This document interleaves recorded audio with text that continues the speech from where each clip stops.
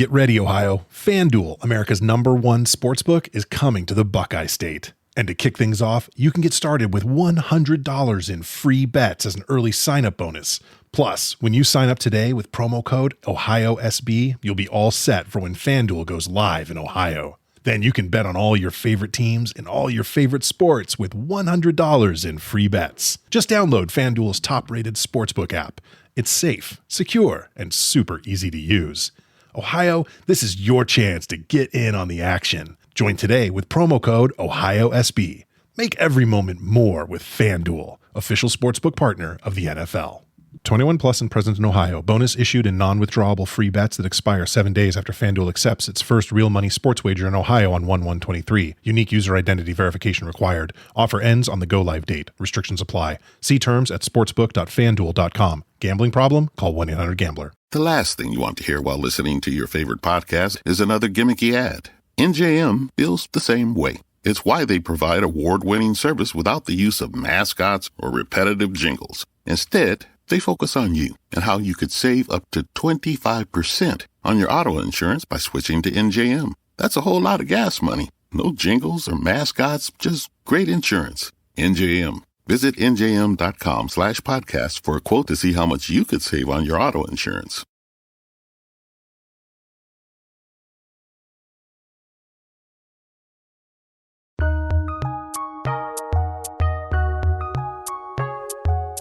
Welcome to the Fantasy NBA Today podcast.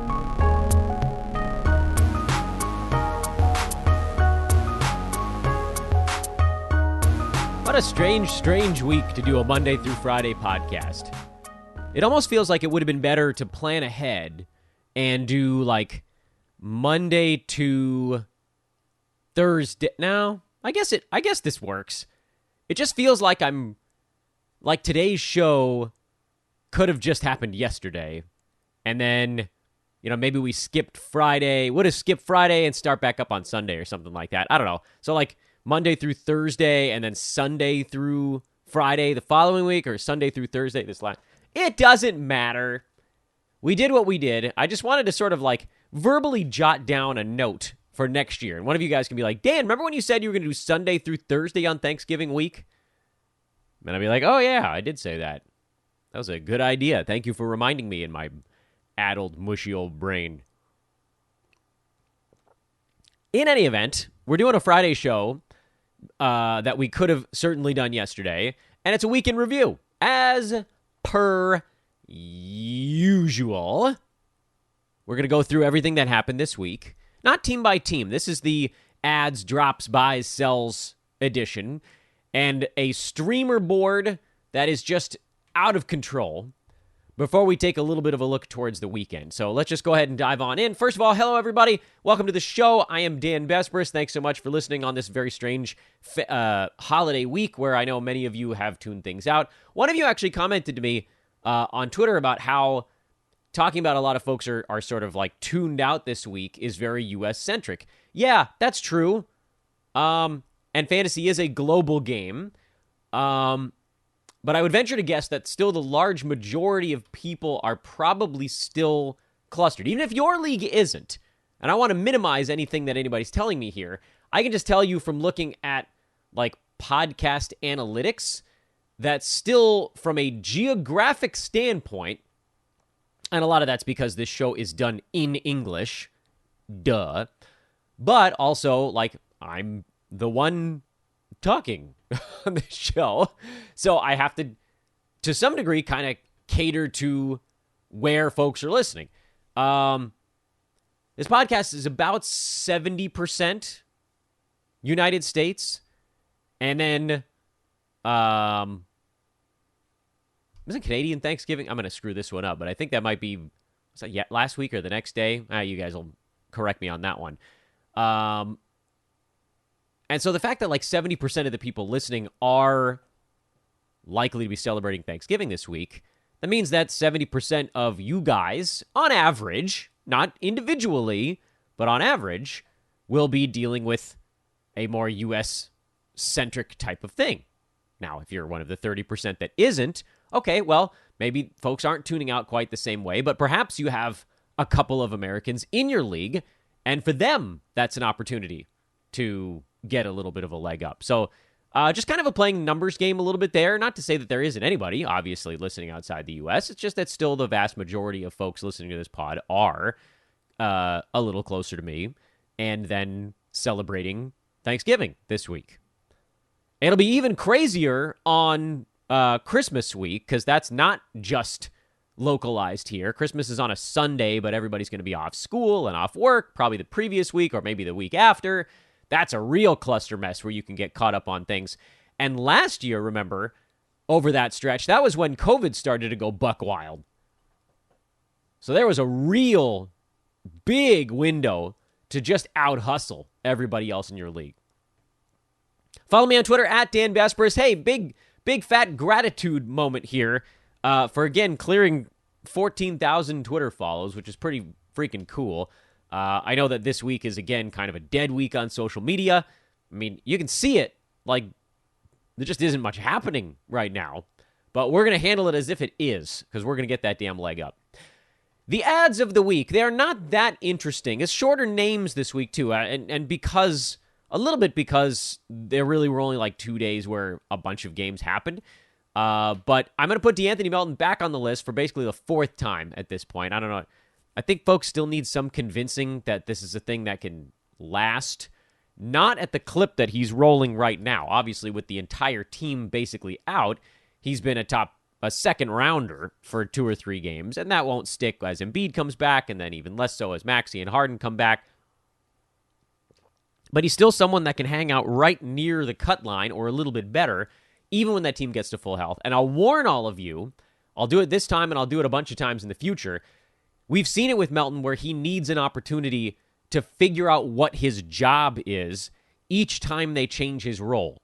Oh, you're going to come off the bench. You're going to be the gunner. Okay, let me feel this thing out. Who am I going to be with in my not rotations defensively, but rotations from a, like, who are the 4 guys with me on the floor personnel standpoint.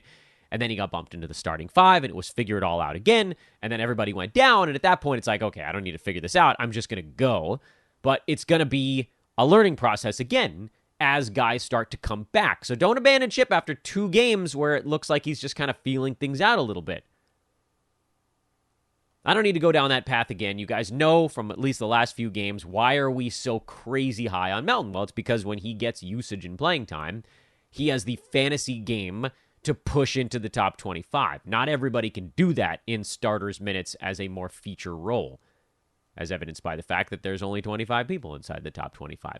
Harrison Barnes is on the ad list this week, and he may very well end up on the drop list next week because he's still not taking that many shots on a week-to-week basis.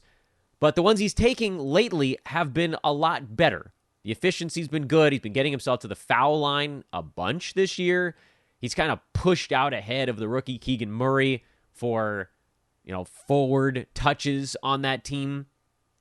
So see this thing through. It's possible that his steals taper off. It's possible that the efficiency and the big free throw positive for him. Right now, that's kind of carrying his numbers a little bit. He hasn't been taking many shots, and that's the big fear. And it's why I was reticent to pick him up in the first place.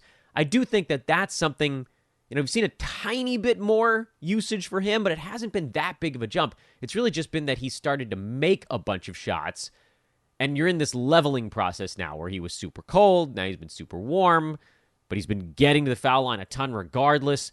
If the free throws start to come down, there isn't a whole lot holding up his fantasy game.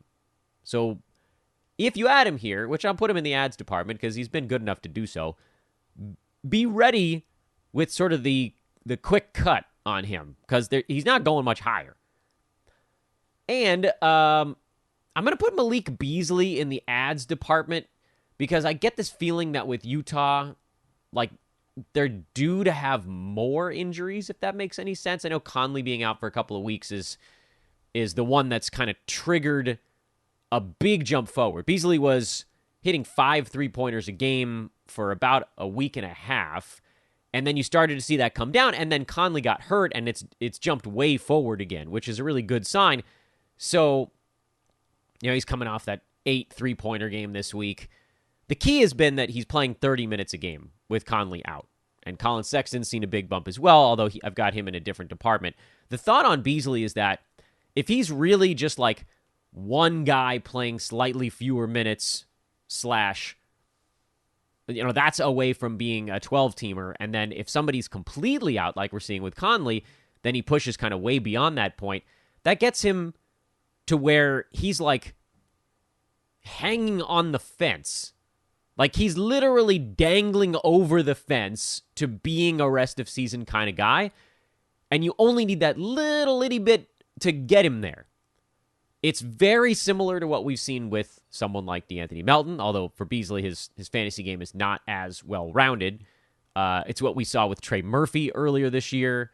He's not the only one. There's a couple more that I'm sure I'll remember as I work my way through this stuff. It was Chris Boucher for a long time, although it seems like he needs like two guys out now to get to that point.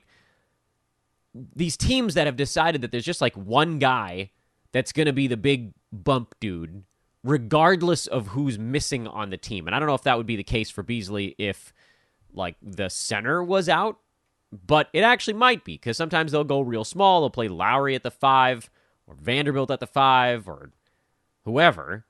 And so that's creating this avenue where he really only needs like one player to even be kind of not good on a given night. And that gets him right to that point, which is what we saw over the week where he was hitting 5 3-pointers. He had a game, like there was a game in there where Markkanen wasn't as good, so he played a little bit more. And then there was a game where Vanderbilt wasn't as good, so he played a little bit more. And Sexton wasn't as good. So it's so close. You'll have these stretches where the team is healthy and the starters do play well. And so on that game, Beasley probably won't have a particularly good ball game. But again, when you have basically 5 ways to be useful, and if any of those guys is out, then it's kind of a lock that I think he probably makes it far enough to go in the rest of season column, even if it's not like he's going to be a rest of season play every single night. Does that make sense? You guys can't answer me. Let's move on to the drops. Jalen Smith, I'm going to put him back on there again because it's driving me insane that no one is willing to make this drop. He's been horrible this year, but I'm not going to beat a dead horse because we talked about him on yesterday's show. I threw Dorian Finney-Smith on this list mostly because I just wanted to talk about how the Mavs have really become a 2-player fantasy team. And I know Christian Wood was actually a little bit better in their last one, but he's still number 144. Finney-Smith is 168. Dinwiddie has been able to hang in there, thank goodness. I still think his field goal percent is likely to come down. Steals will probably come down as well for Spencer. And at that point, he probably falls back towards, more like 80 to 100. He's at 50 now because field goal percent's been not a negative. And there's been enough because just like no one on that team can do anything besides Luka Doncic. But it feels like the Mavs probably defeated my piping hot take of that they might only have one top 100 player. Dinwiddie will most likely finish inside the top 100. I don't think it's going to go beyond that, and that includes Christian Wood. And then Derek White is the other one here who, he'll be on the streamer board because anytime Marcus Smart or Malcolm Brogdon is out, White's going to be a play. But it's not like what we just talked about with Beasley or Melton or some of the other streamers we'll get to a little bit later on the show. It has to be specifically one of those 2 guys for Derek, who still is seeing enough playing time even when the team is healthy, but he's just not able to do anything with it. So his actual overall rank kind of belies what got him there. Well, it's an interesting case study because, he is number 87 on the year, and some of that is because his turnovers have been freakishly low, and he's done it in 26 minutes. But if you give him 26 minutes with a full, healthy Celtics roster, he's not a top 100 guy. If you give him 26 minutes where one of the main guards is out, and he is the direct beneficiary of Brogdon's shots, because how many shots has Brogdon taken a game? He's at 10 shots a game so far this year. Like that's a pretty good number coming off the bench. Marcus Smart, 9.5. When those guys aren't there, a good 20% of their shots go to Derek White. He's just an immediate winner because he goes from 7.5 up to more like basically what they were at, which was 9 to 10. Derek White with 9 to 10 shots is terrific. Derek White with 5 or 6 shots isn't enough. So there's just an engagement factor with him where, I mean, you could make a pretty reasonable argument that he should just hang out in the streamers board, and I wouldn't fight you on that. I mean, I have to just pick a spot for these guys, which is a little bit black and white and not really the way to do fantasy analysis, but like, I have to categorize him for this Friday show. It's what I set myself up to do. The actual point on Derek White is not that I put him in the drops department, but that he's someone that's probably going to be just on and off of your roster all season long. Even though on the head-to-head side, you probably could just keep him all year. He's been, like, just barely good enough to be on your head-to-head roster, provided you're actually trying to win turnovers. If you're punting turnovers, he hasn't been useful on the head-to-head side.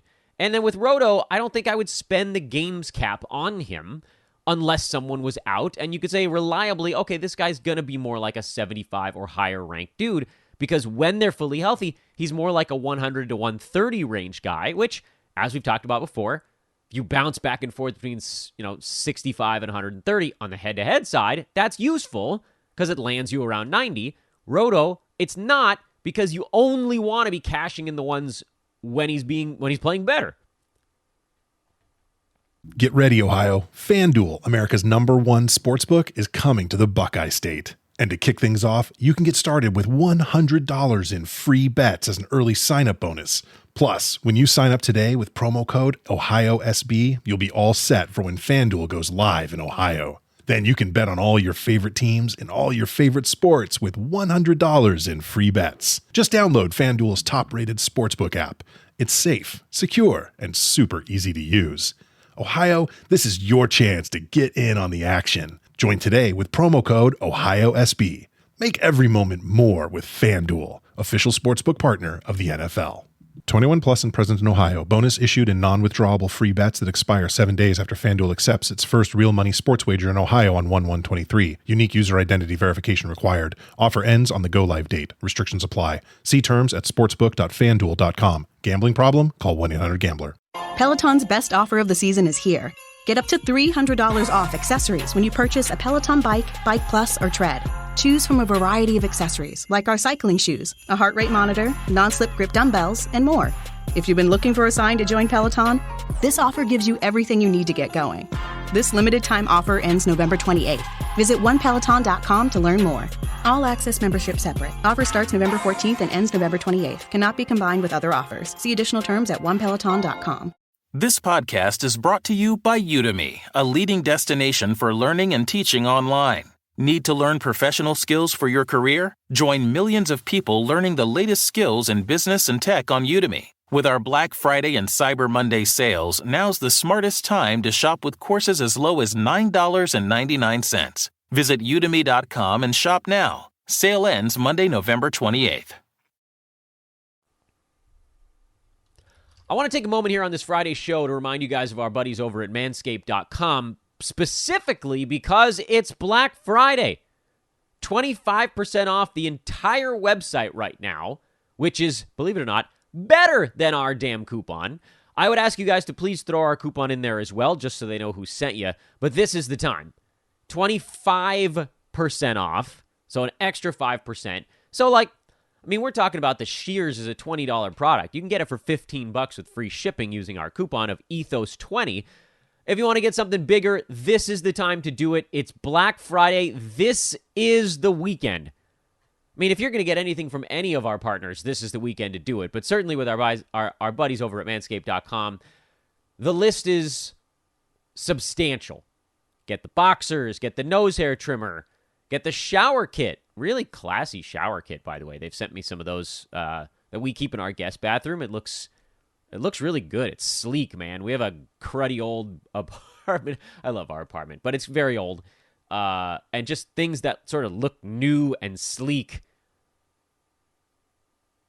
That's the shower kit. You can get that in there as well. All these things, you can find them under the best sellers list, or you can go into the formulations tab if you just want to get one or two of those things. So like the deodorant, the shaving gel, they have wipes, they have 2-in-1 shampoo conditioner, they got body wash. I'm not a big body wash guy, but you might be into that sort of thing.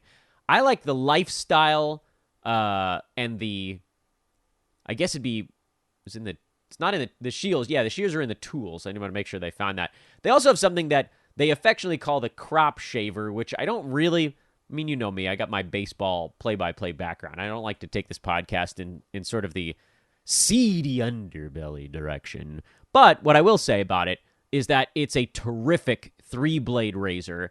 I have, as a hairy human being, used it on my neck, the back of my neck. I've used it on my cheeks. I don't shave my full face anymore because I'm a bearded man for now, and that's just how it's going to be.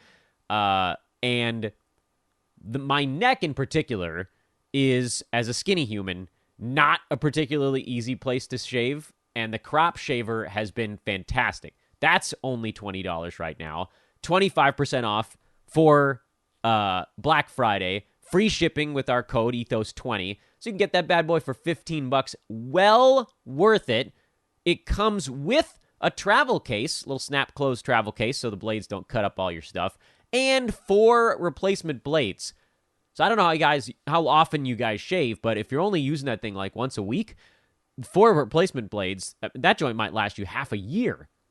Maybe more, depending on how rough you're willing to go on the lubrication strips on that bad boy. So check that thing out. That's the crop shaver. That's a $20 thing. The shears is a $20 thing. All of that over at Black Friday at manscaped.com. Go visit them right now. Some watch list names here on this delightful Friday after Thanksgiving. We're all awake, I'm sure. Herb Jones I put on the watch list because I didn't want to put him as a strict drop, but I am leaning that direction. I think we've got a pretty good body of work. We talked about him yesterday. The steals haven't been there. That's the key. The minutes have been okay. He was in and out of the lineup a little bit. We need those steals to be more like 2 per game instead of 1. And his value is so very much tied up in one statistical category that when it's not where you wanted it to be, it's, I don't know, like there isn't enough else going on with him. And so I think of it this way, like if he got dropped in your league, I don't think I would pick him up until I saw the steals kind of start to come around.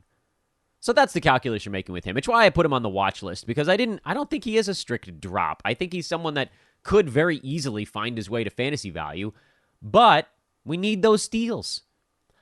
Jeremiah Robinson-Earl and Jalen Williams are on the watch list. They've been getting kind of intermittently more minutes for Oklahoma City. Robinson-Earl, oddly enough, has been more consistent of the two lately. I really struggle to believe that this is something that's going to stick. It might. It's not definitely not going to. But, it's one of those things where, like, the disappearing act stuff that happens in OKC is just so frustrating. But Robinson-Earl actually has a pretty decent fantasy game. He's, like, around top 150 in 19 minutes per ball game. So with starters minutes, he would very easily be a top 100 or better player. And we've seen that lately. Not that he's been, like, cooking with gas or anything, but over the last 2 weeks, he's been more like 23 minutes per game, and he's inside the top 130, despite the fact that he's having kind of a weirdly low couple of weeks in defensive stats. And if you look at the last week alone, 28 minutes per game, he's inside the top 90. 48% from the field. He's made his 2 or 3 free throws or whatever they were. A three-pointer, 10 and 7, 2 assists, 0.7 steals, 1.3 blocks. Yes, those are shaded a bit by the fact that he had a 3-block game in Memphis about 1 week ago today. 1 week ago Friday, I guess I should say, because folks might be listening to this over the weekend. But overall, his minutes have been trending up somewhat inconsistently, but also somewhat consistently. Like, the best fit line for him is upwards. The question is, where do we hit the point on that best fit line where he, over any 7-day stretch, is inside the top 100? I don't know that we're necessarily there yet. He does have a back-to-back today, tomorrow, so scheduling-wise, this would certainly be a time to roll the dice if you're on the head-to-head side. He's not going to score all that much, but he can step out, hit a 3-ball. He can be a 1-steal, 1-block guy if given appropriate minutes.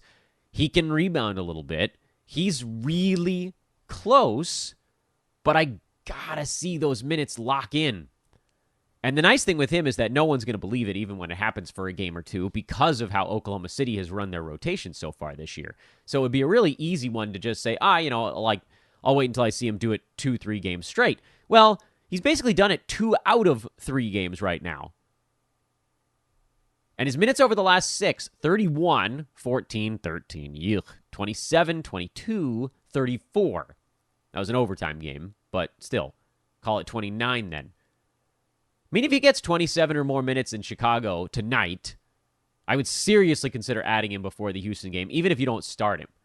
Because starting centers don't grow on trees, and that's basically what you're talking about here.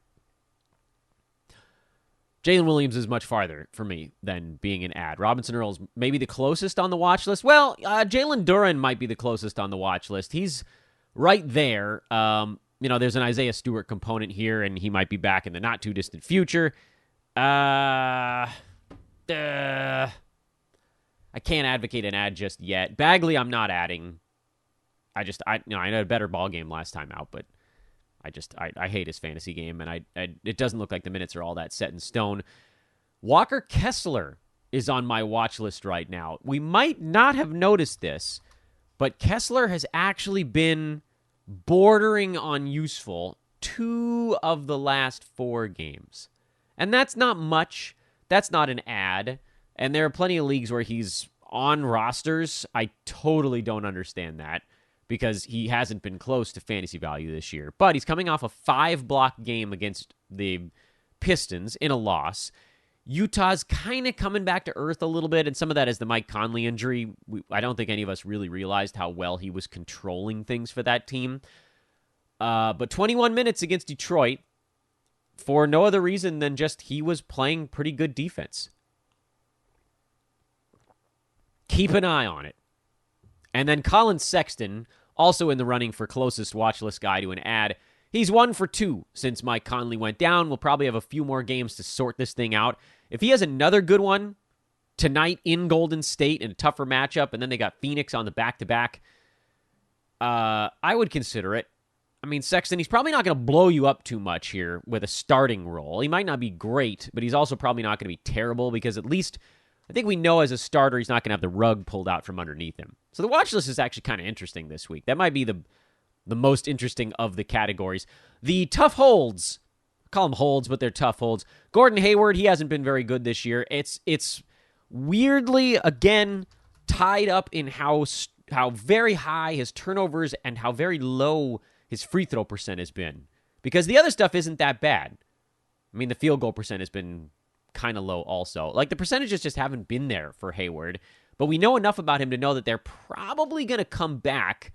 And that whole team's just been a dumpster fire without LaMelo around. And then worse without Dennis Smith Jr.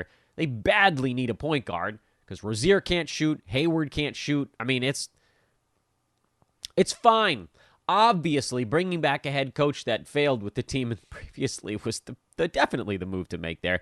Gary Trent Jr. is a hold. Larry Nance Jr. is a hold. I don't think I should have to explain those, but we know enough about them to say that you got to give them an opportunity to go be themselves. The San Antonio Spurs are a hold as a team. They've been in a deep funk, but it's not going to last all year. I know they're going to tank, but they're going to be a bit more competitive here. They've just been getting blown out every ball game lately. I don't know why I threw Alexei Pokusevsky on the holds list. I don't feel like people need to be told that, especially after a 29-minute game, but he had only 14 minutes the 2 games prior to sitting out. Was that a shoulder thing? No, ankle thing. And so maybe people got a little bit annoyed. But he's now sort of officially in the plans for Oklahoma City. And you should just enjoy it because he's a rest of season dude. Couple of buys on my list. Terry Rozier is a buy. I cannot imagine him being any worse than he is right now. He's shooting a high volume 38% from the field. He's not getting his usual steals. But as those things level off, he's at 20 points, 5 boards, and 5 assists with 3 3-pointers. If his field goal percent gets up into the low to mid 40s, where we figure it'll probably land, and the steals get up and over 1, he just rocket boosts like 90 slots forward. It's coming. Go get him if you can. Probably have him in a few spots because we know enough about Terry to know that this is just not going to be a thing that sticks. I don't actually know what it would take to get him. Maybe I'll try to do something on social media to figure out what the buy price would be on Rozier, but he's one that you should definitely be focusing on. And then I couldn't decide if I wanted to put Keegan Murray on the buy list or the drops list. He's sort of like a combination of buy and drop, which is weird for me to suggest that you should have him on your team but also drop him because he's a rookie. And it's not coming around as fast as people always forgetfully expect. He'll get better, probably about 5 more weeks. So what do you want to do between now and then? Do you want to buy him and sit on him while you wait it out? Or do you want to just dump him and then try to get him back in 4 weeks? You know better what your league is going to be like than I do, and that's why he's a weird buy-drop combination. I don't think I've ever had that on the show before. And then I'm going to get yelled at about this a lot, which, I mean, I already have, basically. The sells. You guys are hating. Oh, my God. Twitter is killing me for a Ben Simmons sell. It's because no one understands what a sell is. I'm actually going to yell at you guys about this, but I don't know if it's you listening on Twitter or if it's different people altogether. But you guys don't understand what a sell is. You don't. If this is how you react to me saying Ben Simmons is a sell, then you don't understand what a sell is. Sell doesn't mean that someone is about to fall off a cliff. It means that you have an opportunity to get equal or greater value than their rest of season prospect. That's what a sell is. Good grief, people. I just don't get it. It pisses me off so much. Let me explain this a little bit more, just in case you are one of the people that's like, nah, he's not a sell right now. You sell Ben Simmons now because right at this moment, and forget his season numbers, because nobody is basing what they're doing on Ben Simmons' season numbers. So if you're like, oh, Dan, Ben Simmons is number 120 on the year, why would I sell him for a 120 range guy? No, that's not what I'm talking about either. I need you guys to really hunker down and pay attention to this. Over the last week, Ben Simmons is a second rounder on 15, 8, and 7 with 3.3 defensive stats, 80% from the field, and 55% at the free throw line. I would like all of you to go through every damn year in the history of Ben Simmons' NBA career and tell me where he's put up numbers like that. 15, 8, and 8, which is something he has done or gotten close to before, because he was at 16, 8, and 8 like 3 years ago with 2 steals and half a block. So still not 3.3 defensive stats, but 58% from the field, not 80. Ben Simmons is a sell because you can almost definitely get a top 40 player back right now. And the best season in Ben Simmons' NBA career was number 37 9-cat per game. Okay? This is not me picking on Ben Simmons. This is me trying to explain to you guys why good Ben Simmons is still around number 40. That's why he's a sell right now. Because you can get a 40-range player or better. And you know what that does? That gives you a backstop in case Ben Simmons doesn't play this well all year. In case he isn't just a top 40 player the rest of the season. Okay, I don't care. Honestly, I don't care what percentage you put on the chance that he might be. Let's say there's an 80% chance he runs at good Ben Simmons mode the rest of the season, which, as I just told you guys, is 40 range. He's done it twice. Then there was a year where his defensive stats were a little bit lower, and he was more like number 70-something. Okay? The very high probability here is that Simmons lands between 35 and 75 if he's playing better. Right now, you can sell him for someone who is basically a guaranteed top 40. That's what the sell is. And if you get him for someone near 40 who you think goes up from there, that's where the profit margin is. That's what a sell is. A sell doesn't mean a guy's about to fall off a cliff. It means you can get equal or greater value to his rest of season prospect. It is an opportunity to collect on a big week. And I can't explain this on Twitter because it just took me 5 minutes to do it on a podcast. But I'm mad at you guys on Twitter because it means you don't know what a sell is. I'm sorry, that's just the truth. The other sells on this list are De'Aaron Fox and Benedict Mathurin. Mathurin's an easy one to explain. He's overvalued because he's just scoring a ton. De'Aaron Fox, it's almost the same story as Ben Simmons.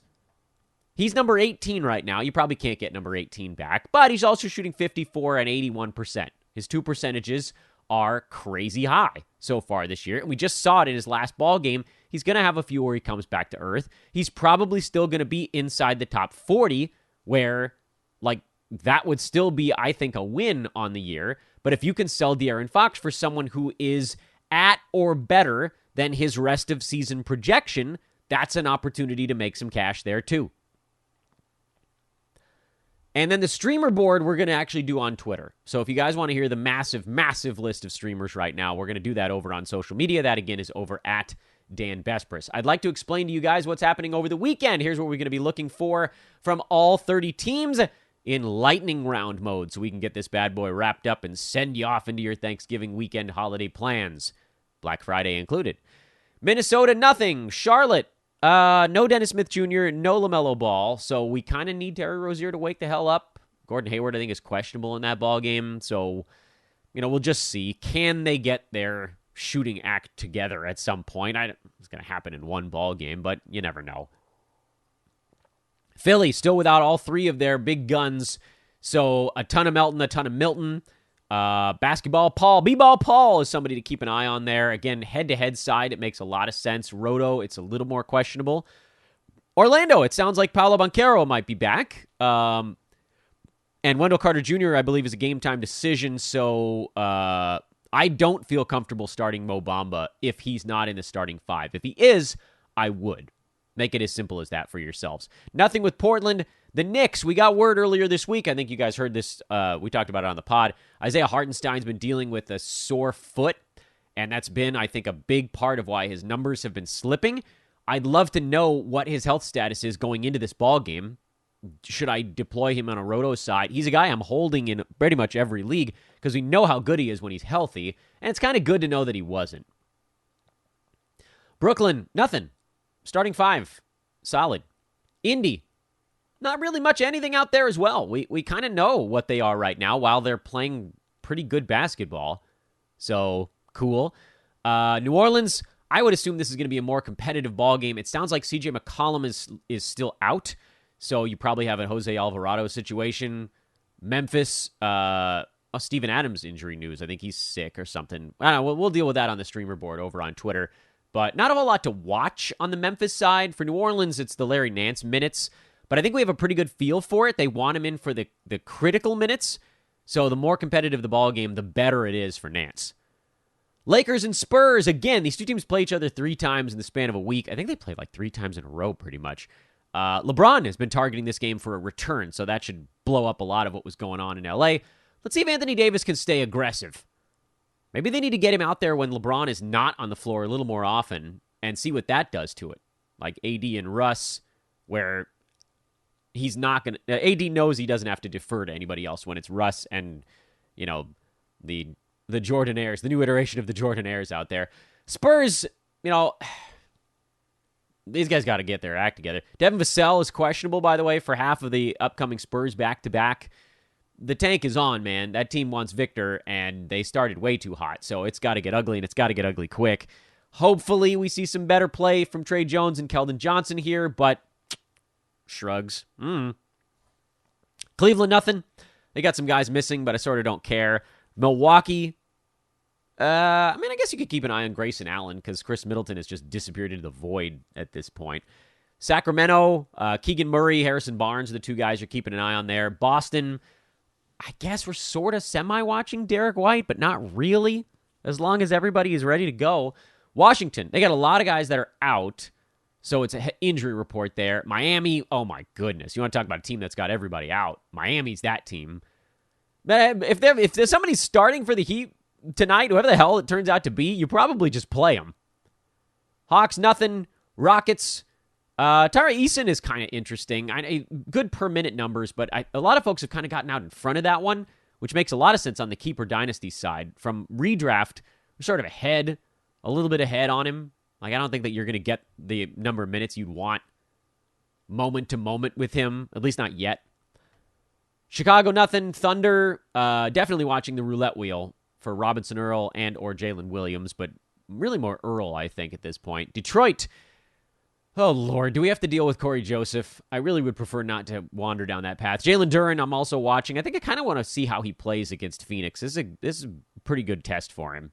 Chris Paul, I believe, is still out for this ball game despite practicing, but at least he's getting real close now. Utah, we've already talked about them a bunch during the first half of this pod. Colin Sexton is really the one you're keeping an eye on because Beasley feels pretty safe at this point, especially with Conley out. Warriors, nothing. Nuggets, a couple of guys are questionable. Bones is questionable. He might even be out at this point. Michael Porter Jr. is questionable. If any of those guys isn't playing, then Bruce Brown should be good to go. Clippers, you're into streamer zone as well, so nothing really to keep an eye on there. Turning the clock forward towards Saturday, Dallas, nothing. Toronto, it's all injury report related. If Thad starts, he's one of my favorite streams. I do love me some Thad. Boucher, kind of the same story, how many guys are out. Lakers and Spurs, again, on that same back-to-back. That's so weird that they play each other 3 times in a row. So weird. And I think, is Toronto the last team we need to worry about? I think everybody goes either Friday or Saturday, don't they? No, Portland, but nothing there. And is that it? Yeah, that's it. Okay, that's what you're looking for over the weekend. And that's the deal, man. Sorry I had to yell at you guys, but I don't think we understand how trades work. There's we'll call it a miscommunication for now. I'm going to do my very best to explain it on Twitter, but I don't think it's going to work all that great. So mostly, if you're watching this is why you got to listen to the pod at the end of the day. Check out Black Friday over at manscaped.com. Join us here with a premium membership at Sports Ethos. Frankly, your money would be better spent with us here. We've got so many cool things. Our wagering division has everything going on. Tennis, World Cup, soccer, NFL, college basketball, NBA, you name it. They are crushing it. Get yourself any membership plan at Sports Ethos with promo code BOGO, and you get the second month for free. 2 months for the price of one. That's pretty sweet. I would ask you guys to go check that out. And please do continue to keep dropping 5-star reviews on the podcast. The quest for 850, it is upon us. Monday, we'll get everybody reset. Look at all 30 teams. Yeah, that's it. I guess we're done. I don't know. I felt like I had more things to say, but I didn't. Thank you all once again on this Thanksgiving week. I am Dan Besbris at DanBesbris. SportsEthos.com, the website. Oh, come on. If you got questions, do them in the forums. Sports Ethos forums. They're completely free. All you got to do is have a free account over there. It takes like 90 seconds to set up. And I pay pretty close attention to the forums. Everybody in the premium Discord is going to get their stuff first. But I'm also watching the forums. Just saying. Want to get that area cooking, and that's the way to do it. So screw it. I'll do it. Okay, folks. Have a great weekend. We'll talk to you guys on Monday. So long for now.